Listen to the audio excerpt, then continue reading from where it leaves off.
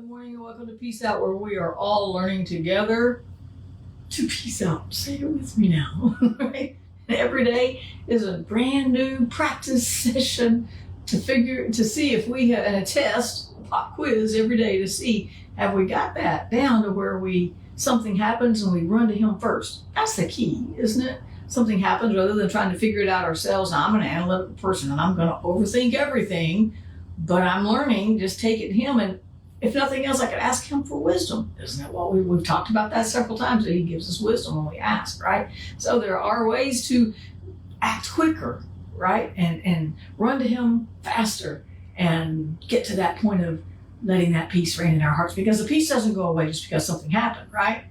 We talk about transition again today. We talked about Jacob quite a bit this week, and how he was between Laban and Esau, or Esau and Laban, and he was he was in these transitions and he was in these in-between places, right?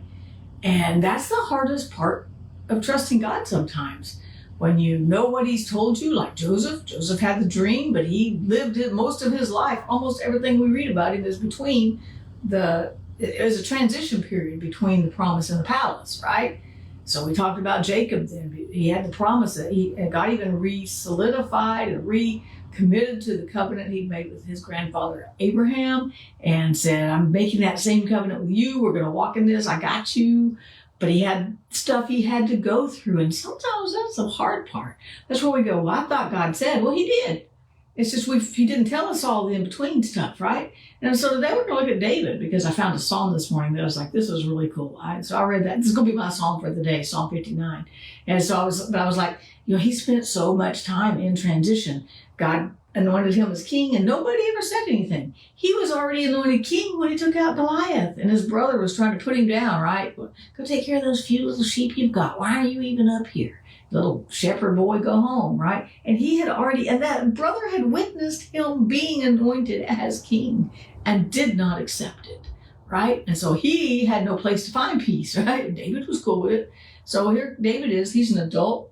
He's actually married to Saul's got mad at him now because he got jealous, because everybody said, Saul killed his thousands, David killed his 10,000s. So he was elevated above Saul, and he got jealous and mad, and he couldn't even think straight. And so the first thing he did was send his soldiers to surround David's house. And then when he come out, they were going to get him. So, and we know after this, he's going to spend time hiding in the wilderness. He's going to spend time hiding in a cave. He's spent a lot of time running from Saul in that in-between time. And that's where it's hard to trust God. See, once we get there, once he got to the palace, he was like, whoa, all right, God did what He said. But in that in-between time, that's where we lose. It's easy to get distracted. It's easier to forget about faith, because we think our faith isn't working because God said this and it hasn't happened yet. Anybody with me here? I'm with it. I'm with me here, right? And so this was in 1 Samuel 19, and Saul has sent his army to surround his house, and said, when he comes out, get him and bring him back to me, right? And he hasn't even done anything wrong. Saul's just green with envy. Is that the old saying? I don't know where that came from. Anyway, so it was green. Why couldn't it have been orange with envy, or purple with envy? I don't know. But anyway, so Saul had sent him after. So David, in the middle of this night, this was just the beginning of his running. This little trip was just the beginning of trusting God for the future. And he still had the promise. He had literally been anointed as the next king, but he's hiding in his house and the army is surrounding it, and Saul wants to kill him. That didn't look right. It's that transition though. His transition to king took years, and he even became king of Judah, but not Israel, before he became king of the whole thing later on, because it was a divided kingdom, right? There was a whole lot going to happen in the story after 1 Samuel, 16, I said? And there was a whole lot going to happen in the story, even after that, right? There was a whole lot more going to happen, a whole lot more running, a whole lot more hiding, but he had still been anointed king. And I can verify this, that when God tells you something, He's going to do it. Jesus said, I'm leaving my peace here. He don't take it back. It's still there, but we got to sometimes get it. Then we got to navigate those transitional periods where we're going, God said, but I don't see. God said, but I don't see.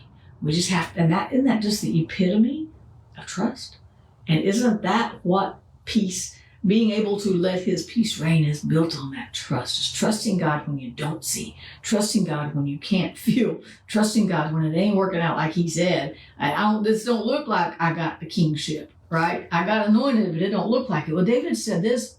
He said, he started out Psalm 59, but he's talking about rescue me from my enemies, oh God. He's going to say that a lot over the next few years, right? He's like, protect me from those who have come to destroy me. Now think about this. He's sitting in his actual house, looking out the window, and there's an army surrounding his house, just waiting for him to come outside. Saul's army is just waiting. And he's like, they've set an ambush for me. Fierce enemies are out there waiting, though I have done them no wrong. And he's like, I'm innocent, oh Lord, rise up and punish fight the battle, show no mercy to these wicked traitors, right? He's really praying his heart out here, right?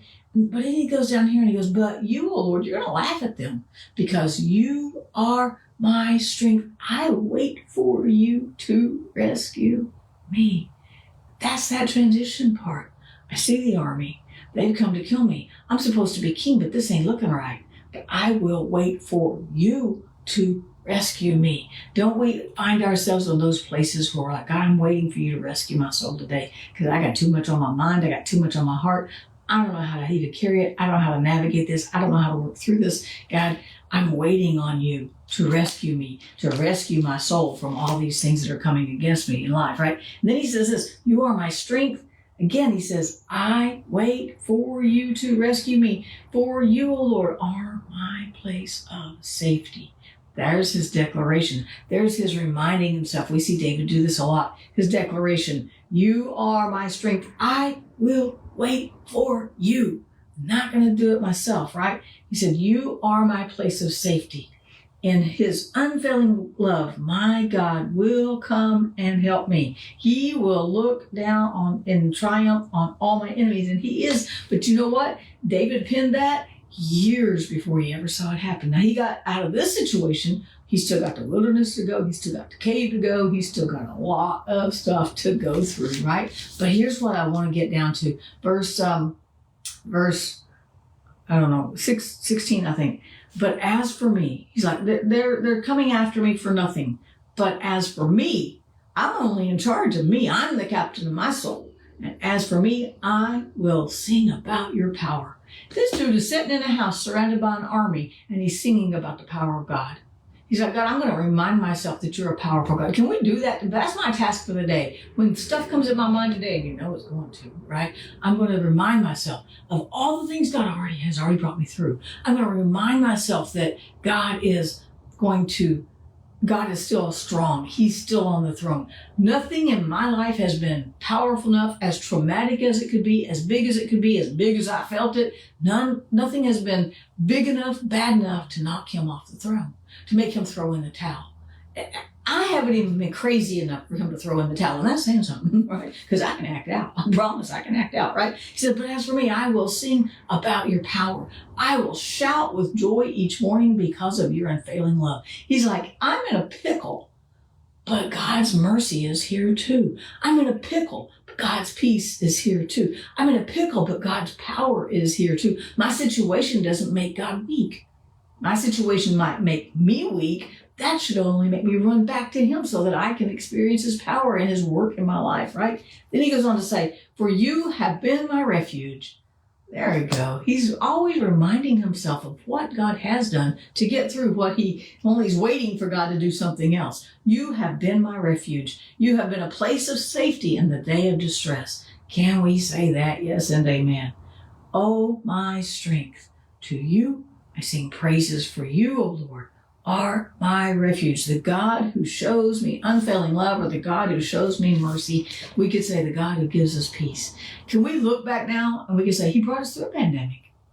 That's the whole reason we started Peace Out, right? Or the whole reason I started it. I was like, okay, somebody's got to speak peace because God's peace didn't change. And look at us here almost 5 years later. We're still speaking peace. But you know what? We didn't speak peace once and the whole world go, oh. and calm down. We had to walk through some of those crazy days of the pandemic. We had to walk through some crazy days up until this election and the last election. There's been some crazy days in between this 4.5 years. But we have to just keep saying that God still shows us mercy. God still shows up on our behalf. God still gives us his strength. God still gives us his peace. And we can look back and go, he's brought us through. And each of us have personal things that he's brought us through too. It's not just all the big stuff. He's with us with our own little personal that aren't little to us because they feel big. They hurt. they cause pain. They cause loss. They cause grief, right? They cause change. And that's uncomfortable. We're uncomfortable, but God's mercies still remain. And we can look back at all the things we've been through and go, but he's still on the throne. He didn't get off and go, I don't know what to do either. You're on your own, right? He didn't say, I'm taking back my peace or it expired yesterday. I don't know what you're going to do, right? No, we can just look back and go, God has continued to carry us with his unfailing love and his unfailing mercies. And that's my encouragement for today. Whatever happens today, I'm just going to trust him for one more day. I'll trust him again today because he brought me through yesterday. And I'm going to trust that I've got his mercies and his peace and his love and his protection, and that no matter what comes, he's going to be there with me in it. If I'm hiding in a house and the army's surrounding me, I can feel that way sometimes. Or if I'm hiding in the back of a cave and walks the king that's trying to kill me, there he is, right there. That had to be scary, right? Or if I'm hiding in the wilderness and I'm running from one hiding spot to another, trying to hide behind this rock or up on top of this rock so I can see where the armies are. It doesn't matter where we are in life. God has got us, and that's why we can peace out. Peace out. Have a great day. Remind yourself God's with you today. I'll see you again tomorrow.